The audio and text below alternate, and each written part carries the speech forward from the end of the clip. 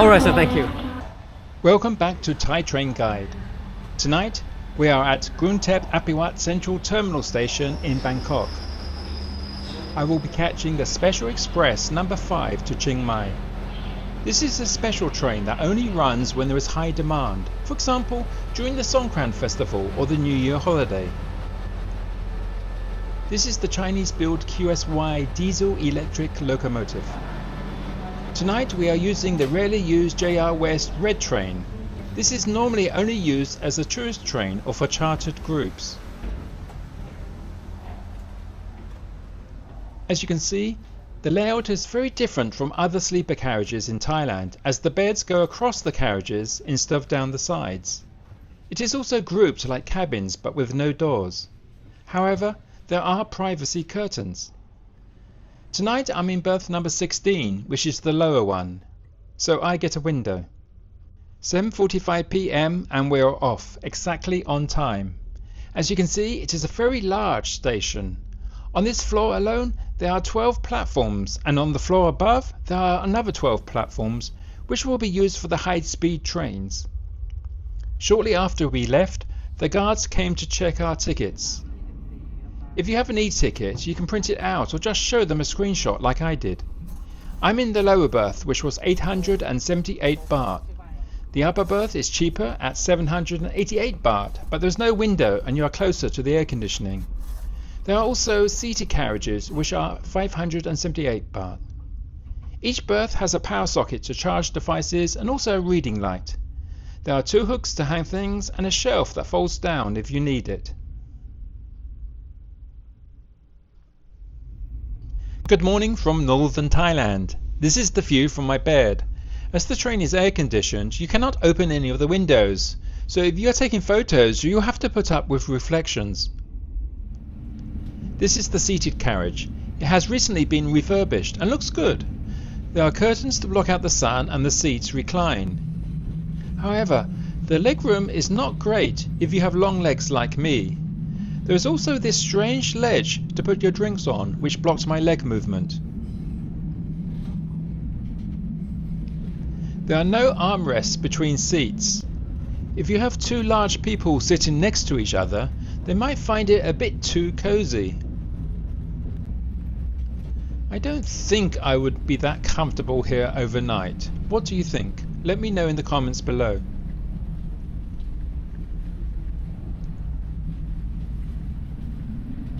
Each of the seated carriages has a toilet at the far end and a wash basin area. Next up is the sleeper carriage. As you can see, there is a corridor on the left hand side. There are also seats that fold down if you want to sit and watch the view. This is good for people in the upper berth who don't have their own window.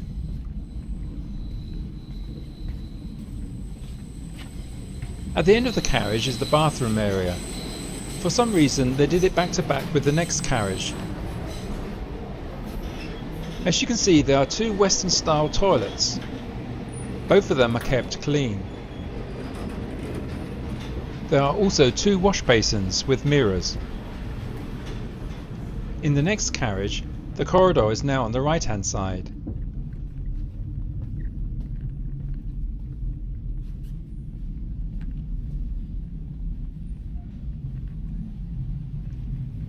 I personally don't think these red seats are that comfortable as day seats.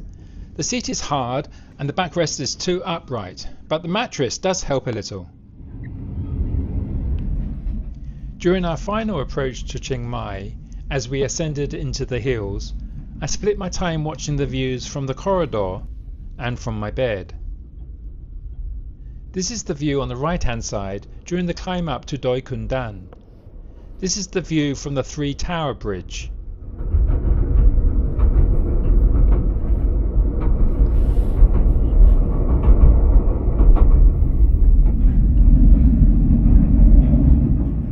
Near the top, we entered Kundan Tunnel. This is the longest railway tunnel in Thailand at 1.3 kilometers long. It took 3 or 4 minutes to pass through the tunnel. On the other side, we emerged at Kundan Station. On the right, you will see the old station building that has been preserved. You can also see the entrance to Doi Gundan National Park. On the left is Kundan Station.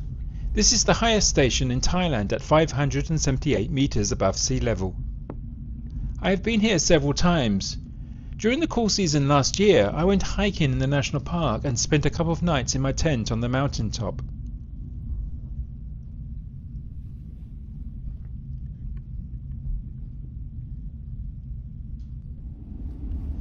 The passenger in this berth has already left the train, and the carriage attendant changed the sheets and put out a new blanket. Some of these carriages can get very chilly, so you might want to pull over.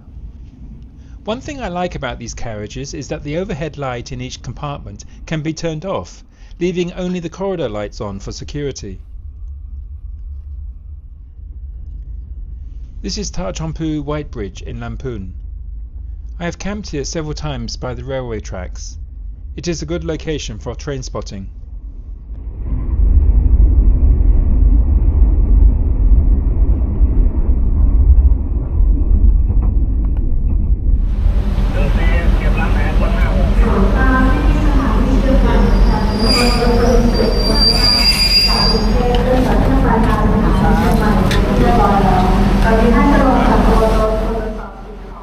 Our train arrived in Chiang Mai about 1 hour late.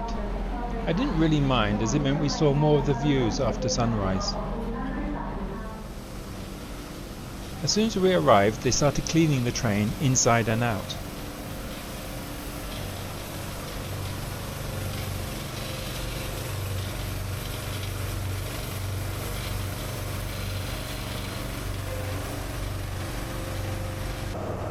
The train is now being shunted to one of the sidings. The return journey will be by Special Express number 6 in the evening.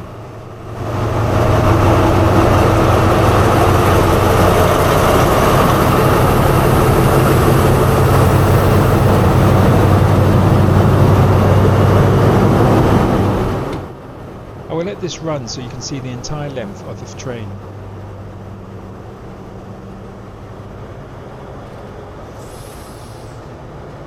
First up are the 3 seated carriages, and then the 7 sleeper carriages. At the far end is the power van.